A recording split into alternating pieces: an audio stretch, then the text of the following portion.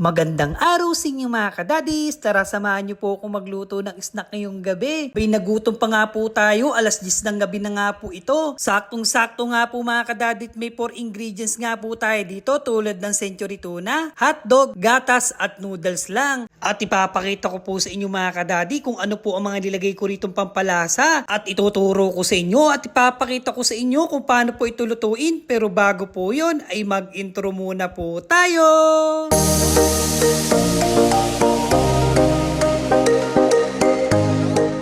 Heto na nga mga kadadi, ang unang ginawa ko nga po dito ay naggayat lang ako ng sibuyas. Malilit lang po ang ginawa ko dito, gayon din po itong ating mga hotdog. Nasa inyo ng mga kadadi kung lalagyan po nyo ng sibuyas. Optional lang din po yun. At ito mga kadadi ay naggayak na nga po tayo dito ng mantika at pinainit ko lang po sa mahinang apoy. At syempre po ang unang pinirito ko nga po dito ay ang hotdog po mga kadadi. At pagka naging ganito na ang kulay, iginilid ko lang po at ilagay ko na nga rin po itong sibuyas. Hinalo-halo ko nga po ito hanggang sa maluto na. Pagluto na mga kadadi ay itabi muna po natin ito. Ito naman po mga kadadi, hindi ko na po inugasan dyan ang ating pinagprituhan. Nilagyan ko na nga po ng 1 cup na tubig. At ilagay ko na nga rin po dito mga kadadi ang noodles at pinagsabay ko na rin po ang gatas. At hinintay ko nga lang po ito mga kadadi ng kumulo ng 10 minutes. At habang nga po tayo nag-iintay ng pagkulo mga kadadi, ilagay na po natin itong kalahati ng Knorr cube natin na beef. Beef po kasi mga kadadi ang nilagay ko dyan ay para mas masarap ang lasa. At nag-add na nga po ako dito ng pampalasa mga kadadi, asin, 2 kutsarita nga lang po yan. Naglagay na nga rin po ako dito ng paminta mga kadadi, 1 kutsara nga lang po yan. Tsaka ko po ito hinalo-halo ng dahan-dahan. Kitang-kita naman po nyo, napakalapot na nga po ng ating sauce, ay ilagay na po natin itong century tuna. At oo nga pala mga kadadi, kung umabot ka po sa bidyong ito, ay welcome na welcome po kayo dito. Maraming salamat po sa mga bagong followers natin dyan at sa mga followers natin dyan na laging nakasuporta sa atin. Maraming pong salamat sa inyo. At mag-iingat naman po ang mga workers natin dito sa Pilipinas. At gayon din po ang mga OFW natin na sa labas ng Pilipinas na nagtatrabaho. At mag-iingat po tayong lahat.